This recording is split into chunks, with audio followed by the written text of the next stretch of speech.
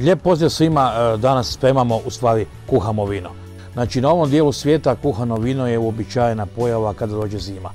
Recepata ima mali milion, mislim da svaki kuhar, svaki čovjek ima svoj recept. Ja ću vam danas pokazati svoj. Međutim, ono što je najbitnije, postoji jedno mišljenje da vino za kuhanje mora biti loše. Ne mora. Ono što ne želite piti normalno, nemojte piti ni kuhano. To nije u redu.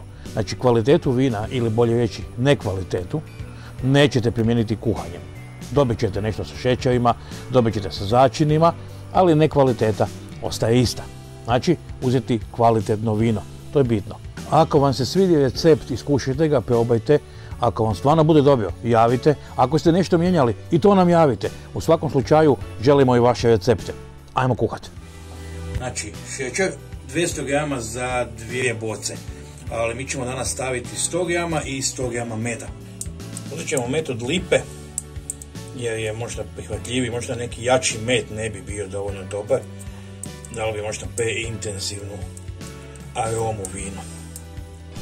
Uvat ćemo portugizac. Ako želite slađe vino, puno voća, voćnih aroma, onda je to portugizac, Cabernet Sauvignon, Zweigelt, recimo Frankovka. A ako hoćete malo punije i gušće, onda uzmete Merlot, vranac, eventualno plavac. Nemojte uzimati vina sa puno tanina, nije dobro. Uzmite neko lepašavije, svježije, mlađe vino. Stavit ćemo malo vina, samo da pokrijemo ovu smjesu unutra. Tako, stavljamo na laganu vatru i sad ćemo napraviti sirup.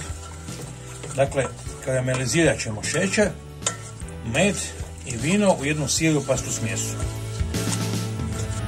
Evo, smjesa nam je polako onako kako smo i htjeli da bude. Sad ćemo samo malo dodati vode. I sad ćemo pričekati da to ponovo zakipi.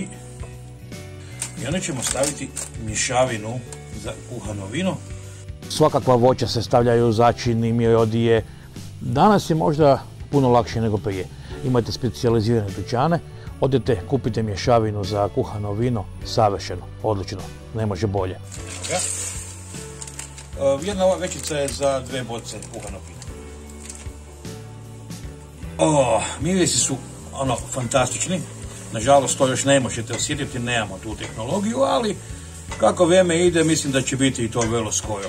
Smanjit ćemo još malo vatru, jer na što laganije vatri radite, to će ostati više aroma samog vina, to jest neće vam izaći alkoholi i arome vina. Dodat ćemo vode, to bi bilo dovoljno. I sad ćemo dodati vino koje smo odredili.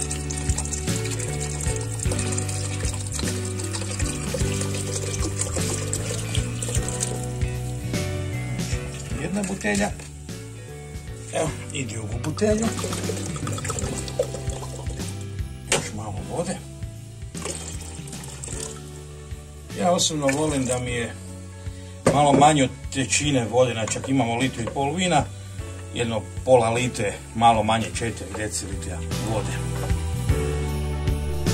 Eto, vino nam je kuhano i sad ćemo ga fino precijediti, da nam više dodaci koje smo imali začini ne bi otpuštali možda previše arome unutra.